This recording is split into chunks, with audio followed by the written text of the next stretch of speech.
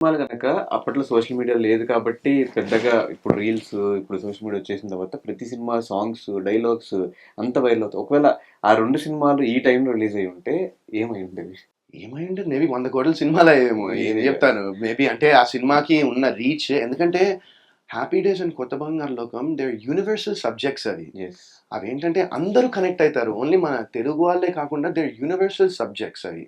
అవి ఆ స్టోరీస్ విన్న తర్వాత యూ ఫీల్ అది మనలో చందు మన ఇండియాలోనే కాదు ఇక్కడ ప్రతి చోట ఉంటాడు. ఒక జపాన్, చైనాలో ఉంటాడు, ఒక యూఎస్‌లో ఉంటాడు, ఒక ఆస్ట్రేలియాలో ఉంటాడు, ఒక లండన్‌లో ఎనీ కంట్రీ, ఎనీ ప్లేస్‌లో ఒక చందు గాని, ఒక రాజేష్ గాని, ఒక టైసన్ గాని ఇలాంటోళ్ళు ఉంటారు. హ్మ్. సో దట్ ఏమవుతుందంటే ఆటోమేటిక్‌గా అపీల్ ఎక్కువ పెరిగిపోతుంది. రైట్. అండ్ 'కొత్త బంగారు లోకం' ఏంటంటే అదొక ఎమోషన్. ఒక ఒక లవ్ ఎమోషన్. ఆ లవ్ ఎమోషన్ బిట్వీన్ ఒక 2 లవర్స్ అండ్ ఒక ఫాదర్ అండ్ సన్